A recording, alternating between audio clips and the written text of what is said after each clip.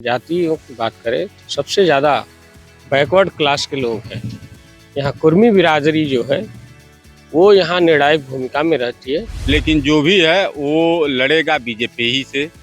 BJP के पूर्व में भी लड़ाई उन्हीं का रहा है और इस समय भी लड़ाई उन्हीं से रहेगी।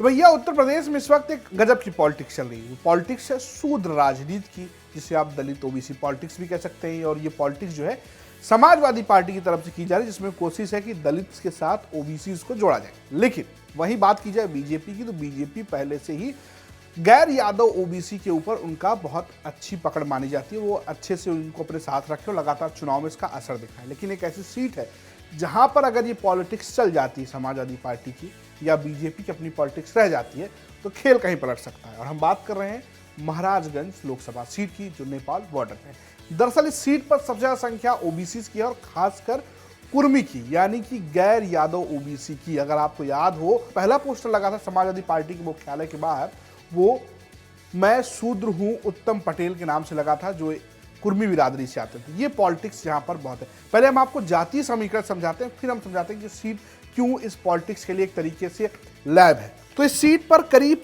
56% ओबीसी है, जिनमें कुर्मी पटेल सबसे ज्यादा। इसके अलावा चौरसिया, निषाद, यादव, मौर्य, चौहान, बनिया, कलवार, सोनार, नाई, लोहार आदि जातियां भी यहाँ पर अच्छी खासी संख्या में। वहीं सवर्ण की बात की जाए तो करीब 12% है, इसमें ब्राह्मण सबसे ज्यादा है। इसके बाद क्षत्रिय और कायस्थ भी हैं। वहीं 11% संख्या दलितों की है, जिसमें जाटों के अलावा धोबी और पासी समुदाय के लोग काफी संख्या में है। वहीं अगर हम बात करें मुसलमानों की, तो करीब 18% है। इसके अलावा थारू और अनुसूचित जनजातियों की भी संख्या ठीक ठाक है। तो ना सिर्फ ओबीसी बल्कि खासकर कुर्मी बिरादरी पर सबका फोकस होता है। अभी यहाँ के सांसद जो बीजेपी से है, पंकज चौधरी जो मंत्री भी हैं, वो कुर्मी बिरादरी से आते हैं। इसके अलावा बीजेपी के 2 विधायक कुर्मी हैं।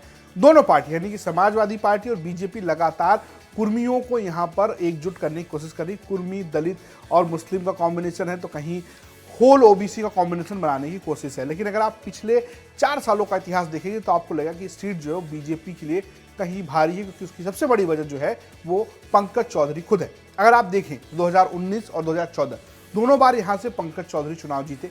इसके बाद 2009 की बात की जाए, तब यहाँ से हर्षवर्धन जो कांग्रेस से थे वो चुनाव जीते थे। और उससे पहले 2004 में भी पंकज चौधरी ही ये सीट जीत चुके हैं, और वो भी तब भी वो भाजपा में ही थे। यानी कि बीजेपी के लिए सीट थोड़ी मुफीद लगती है क्योंकि पंकज चौधरी है। लेकिन अगर जातीय समीकरण यहाँ पर बिगड़ते हैं तो बीजेपी को मुश्किलों का सामना करना पड़ सकता है। और यही बात यहाँ के स्थानीय पत्रकार भी कहते हैं। ये जातीय समीकरण महाराजगंज जनपद में सबसे ज़्यादा, अगर जातियों की बात करें तो सबसे ज़्यादा बैकवर्ड क्लास के लोग हैं।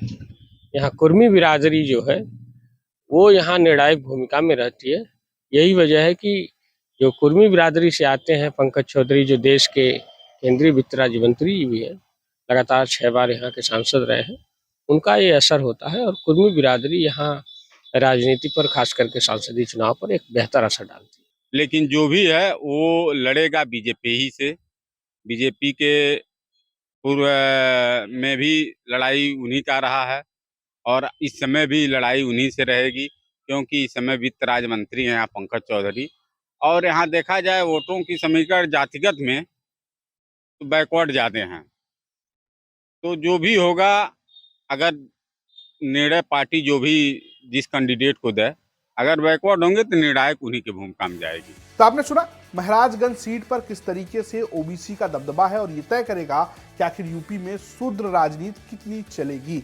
ये तो रही बात महाराजगंज सीट की। इसके अलावा हम तमाम ऐसी 80 लोकसभा सीटों के बारे में आपको बता रहे हैं। आप जा सकते हैं लोकसभा इलेक्शन 2024 कौन जीतेगा यूपी प्लेलिस्ट में, और आप अपने जिले के बारे में जानकारी ले सकते हैं। साथ ही साथ हम ये भी बता रहे हैं कि वहाँ के लोग इसके बारे में क्या सोचते हैं। तो ये स्टोरी आपके लिए महाराजगंज से भेजे थे हमारे सहयोगी अमितेश त्रिपाठी ने, प्रस्तुत किया है मैंने, रजत ने, और कैमरे के पीछे सिद्धार्थ। देखते रहिए यूपी तक। नमस्कार।